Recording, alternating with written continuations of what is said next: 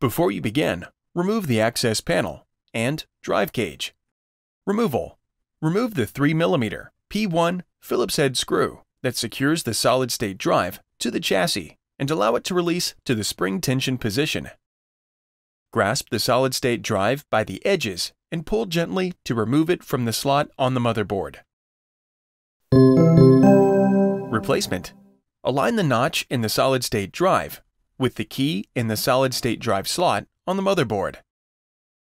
At an angle, gently insert the solid-state drive into its slot on the motherboard.